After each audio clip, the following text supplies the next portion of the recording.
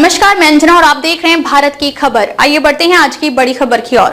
भंडारा नगर परिषद भारतीय जनता पार्टी प्रभाग 4 के उम्मीदवार जैकी रावलानी ने कहा, मेरे चुनाव जीतकर आने पर सर्वांगीण विकास करने के लिए और महिला सशक्तिकरण, जनता को न्याय दिलाने के लिए महाराष्ट्र सरकार द्वारा कई योजनाएं क्षेत्र में लाने के लिए मैं भरपूर प्रयास करूंगा।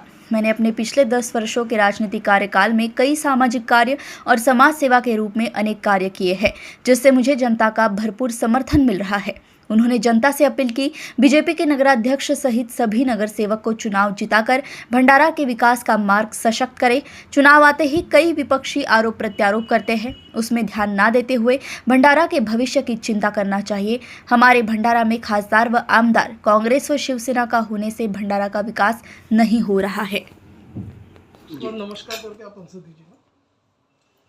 ठीक है, स्टार्ट करते हैं। दर्शकों, इस वक्त हमारे समक्ष है जैकी रावलानी। आप प्रभाग क्रमांक 4 से भारतीय जनता पार्टी के उम्मीदवार हो।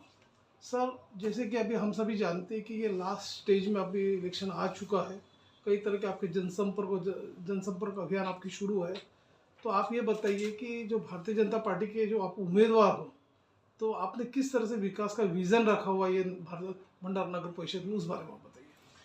देखिए, भंडारा नगर परिषद में पिछले 4 सालों से प्रशासक है। यहाँ पे नगर पालिका की सत्ता नहीं है और इस 4 सालों में काफ़ी सारा दुरुपयोग हुआ है निधि का। जो विकास कार्य होने चाहिए वो हुए नहीं है। और मैं जिस प्रभाग से प्रत्याशी हूँ, प्रभाग 4 से, वो तो अपने भंडारा शहर के अति पिछड़े हुए प्रभागों में से एक प्रभाग है, जहाँ पे रोड, नाली, सबसे बड़ी समस्या है पानी।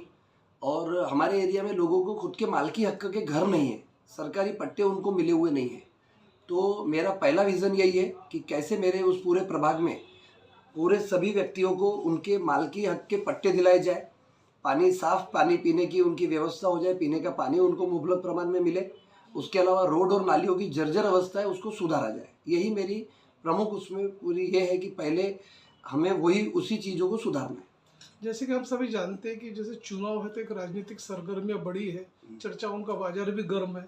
ऐसे में देखा गया कि यहाँ के जो आमदार ने कोई विकास कार्य किया नहीं है, और आज भी रास्ता हो चाहे अतिक्रमण हो, उसकी दुर्व्यवस्था है। तो उस बारे में लोग ऐसे खुल के सामने आ रहे हैं। अब जबकि महायुति का आपका एक पार्ट है वो शिवसेना, तो आप किस नज़रिए से देखते हैं और किस तरह से बदलाव आप चाहते हैं, उस बारे में बताइए। देखिए, स्वतः आमदार साहब भी अपने मुंह से कई स्टेज पे बोलते हैं। अभी भी कल शिंदे साहब ने बोला कि मैंने भंडारा में 3000 करोड़ रुपए दिए। आप स्वतः भंडारा में घूम रहे हैं, 3000 करोड़ रुपए के हिसाब से तो छोड़िए, अगर 300 करोड़ रुपए भी खर्चा हुए रहते तो भंडारा में आपको काम दिखे होते। ऐसा एक रास्ता भंडारा का नहीं है जो आपको ढंग का दिखेगा। पूरी अवस्था जर्जर है। और अभी आपने पिछले दिनों में देखा होगा कितने सारे स्कैम सामने आए हैं कि जहाँ 3000 करोड़ बोलते हैं, खर्चा 300 करोड़ भी नहीं हुए। तो सभी सामान्य जनता में प्रश्न यही है कि ये पैसे कहाँ गए, और गए तो फिर वो काम तो दिखना चाहिए। आप शहर में स्वतः घूम रहे हैं, आप लोग शहर की हालत देखिए, एक गली ढंग की नहीं है, एक रास्ता ढंग का नहीं है। ये सारे पैसे कहाँ गए? महायुति में जैसे आपके जो दो पक्ष है, उसमें आपसी टकराव काफ़ी चरम सीमा पे पहुंच चुका हुआ है, लेकिन पार्टी की तरफ से एक हिडन एजेंडा भी है। आपको दोनों पार्टी की तरफ से एक एजेंडा है, चाहे वो शिवसेना हो या भारतीय जनता पार्टी, कि एक दूसरे के खिलाफ न बोले, आरोप प्रत्यारोप न करे, सिर्फ आप क्या विकास करना चाहते उस पर बोले। तो उस बात से आप सहमत हो क्या? जी, बेशक महायुति में है, आरोप प्रत्यारोप नहीं होने चाहिए, लेकिन यहाँ के जो आमदार साहब है वो दबाव तंत्र का इस्तेमाल कर रहे हैं।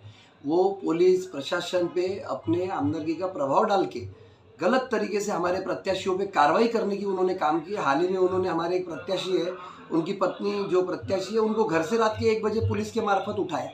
बाद में हम लोग जब गए, सारे लोग गए, हमने तकरार दी पालक मंत्री को, तो आखिर वो थानेदार को छुट्टी पे भेज दिया गया। तो कहीं तो भी ये आरोप प्रत्यारोप का दौर इसलिए है कि सामने से दबाव तंत्र का, पैसे का वापर बड़े पैमाने पे किया जा रहा है।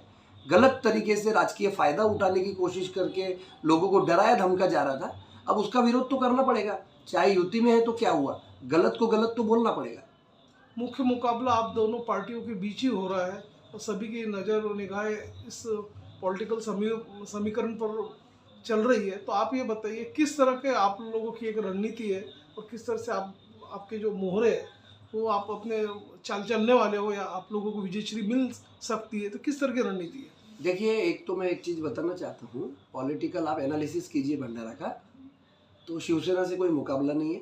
शिवसेना का भंडारा में कोई जनाधार नहीं है। शिवसेना आज के तारीख में चौथे नंबर पे है। मुझे जो लगता है कि हमारी लड़ाई यहाँ कांग्रेस से होने जा रही है, और मतदारों को पता है कि कांग्रेस भी सत्ता में आके कुछ कर नहीं सकती। तो मुझे विश्वास है बहुत बड़ी मार्जिन से भारतीय जनता पार्टी बहुमत से जीतने वाली है भंडारा में। अध्यक्ष के साथ कम से कम 30 से ज़्यादा उम्मीदवार भंडारा नगर पालिका के, एक इतिहास होगा भंडारा में, ऐसे हमारे नगर सेवक जीत के आने वाले हैं। तो क्या टारगेट रखा है पार्टी की तरफ से, कितने कैंडिडेट्स विनिंग होने वाले हैं और किस तरह की मेजोरिटी मिलने वाली है, क्या वोट ऑफ परसेंटेज होगा, उस बारे में? देखिए, अभी तक का जो हमारा पॉलिटिकल एनालिसिस है और लोगों का जो जनता का प्रतिशत हमें मिल रहा है, आज की तारीख में तो मैं ये कह सकता हूँ कि 35 उम्मीदवारों में से 30 से ज़्यादा उम्मीदवार हमारे जीतने की एकदम सशक्त भूमिका में हैं। और अध्यक्ष हमारे तो काफ़ी आगे है, क्योंकि वो 20 साल से राजकीय अनुभव है उनको, सामान्य घर की लेडी है, पैसे का कोई उनका ये नहीं है, और इतने साल 20 साल में उनके ऊपर 1 रुपये का कभी भ्रष्टाचार का दाग नहीं लगा है। सामान्य सर्वसामान्य लेडीज़ है। इसीलिए मुझे ऐसा लगता है कि ऐसा कोई कंपटीशन हमें लगता नहीं है। जनता हम पे भरपूर प्यार दे रही है, तो उसका एनालिसिस ऐसा है कि भारतीय जनता पार्टी को काफ़ी अच्छी मार्जिन से जीत मिलने वाली है। लोगों में चर्चा ये भी है कि भारतीय जनता पार्टी ने एक सक्षम उम्मीदवार उतारे हुए हैं और विकास लोग देख रहे हैं, चाहे वो अपना स्टेट में हो या सेंटर में हो, डबल इंजन की सरकार भी है। तो लोगों को विश्वास है कि भारतीय जनता पार्टी संपूर्ण विश्वास सर्वांगीण विकास करेंगी, ऐसा लोगों को लगता है। तो आपका लोगों के लिए क्या एक मैसेज होगा कि ज़्यादा से ज़्यादा लोग आके अपना मताधिकार का उपयोग करें और भारतीय जनता पार्टी को विन करें, विजय? देखिए, भंडारा की इतिहास को अगर देखा जाए तो भंडारा में सुजान नागरिक है। इस बार मुझे ऐसा लगता है भंडारा के नागरिक भारतीय जनता पार्टी को काफ़ी तादाद में मतदान करके 51% से अधिक मतदान भारतीय जनता पार्टी को होने जा रहा है।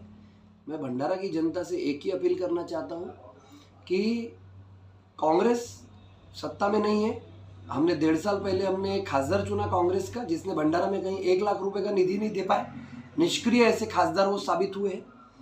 उसके बाद आमदार अगर बात कर दे कि हम सत्ता में आएंगे तो काम करेंगे, 4 साल से प्रशासक के रूप में काम तो आमदार साहब ही नगर पालिका के रूप में संभाल रहे हैं ना। 4 साल एक रेजिम हो गई, तो क्या कर पाए वो? पैसे खाने के अलावा कुछ नहीं कर पाए। तो उनके 4 साल आप देख चुके हैं इनडायरेक्टली डायरेक्टली।